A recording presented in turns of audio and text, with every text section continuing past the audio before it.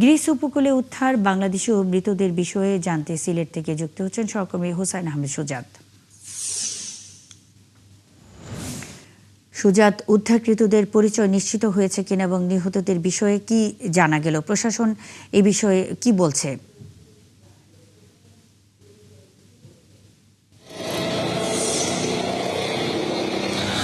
দেখুন মুন্নি, গতকাল আন্তর্জাতিক পত্রিকায় যে সংবাদটি এসেছে যে লিবিয়া হয়ে ইতালি যাওয়ার পথে ভূমধ্যসাগরের গ্রিস উপকূলে 18 জনের লাশ পাওয়া গেছে। তার মধ্যে 18 জন বাংলাদেশি বলা হচ্ছে বিভিন্ন মাধ্যমে। তবে এখন পর্যন্ত আমরা যতটুকু জেনেছি যে নিহতদের মধ্যে 11 জনই সুনামগঞ্জের বিভিন্ন উপজেলার বাসিন্দা। এ বিষয়ে আমরা গ্রিসে নিযুক্ত যিনি বাংলাদেশি রাষ্ট্রদূত আছেন নাহিদা রহমান সুমনা, ওনার সাথে আমরা কথা বলেছিলাম। তিনি আমাদেরকে জানিয়েছেন যে তিনি আসলে সকালে গ্রিসের বিভিন্ন পত্রিকায় সংবাদটি দেখতে পান এবং এর পরপরই তিনি সেদেশের মাইগ্রেশন মিনিস্ট্রি এবং সেদেশের কোস্ট গার্ডের সাথে তিনি যোগাযোগ করার চেষ্টা করছেন যে আসলে তারা বাংলাদেশি কিনা, এবং যদি তারা বাংলাদেশি হন বা সেদেশের সরকার যদি নিশ্চিত করে যে যাদের লাশ পাওয়া গিয়েছে তারা বাংলাদেশি, তাহলে তাদেরকে দেশে আনার জন্য যে যে প্রক্রিয়া অনুসরণ করা প্রয়োজন তারা সেগুলো করবেন। তবে এখন পর্যন্ত রাষ্ট্রদূত যেটা জানিয়েছেন যে গ্রিস সরকার তাদেরকে কোনো কিছু নিশ্চিত করেনি। তবে আমরা বিভিন্ন মাধ্যমে যেটা জানতে পেরেছি যে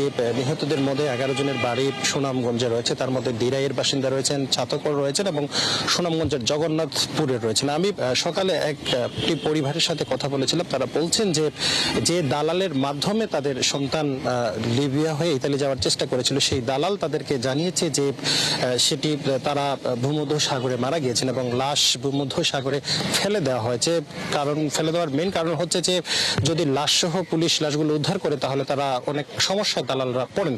তবে আপনাকে আমি যে বিষয়টা জানিয়ে রাখি যে আসলে সিলেটের অনেক প্রবাসীর মৃত্যু এর আগেও ঘটেছে এবং এটি নিয়ে কিন্তু অনেক কথাবার্তা হয়েছে এবং এই মুহূর্তে আসলে সিলেটের অনেক ছেলে নিখোঁজ আছেন। লিবিয়াতে গিয়ে দালালদের খপ্পরে পড়ে অনেকেই নিখোঁজ আছেন, থানায় অনেকটা মামলা রয়েছে।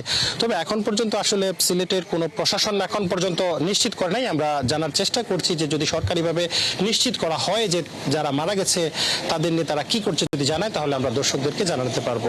মুন্নি। হোসাইন আহমেদ সুজাত, আপনি আছেন, খবর রাখতে থাকুন। নিশ্চয়ই বিষয় জানতে পরবর্তী সংবাদ সংযোগে আবারও আপনার সাথে আমরা যুক্ত হব।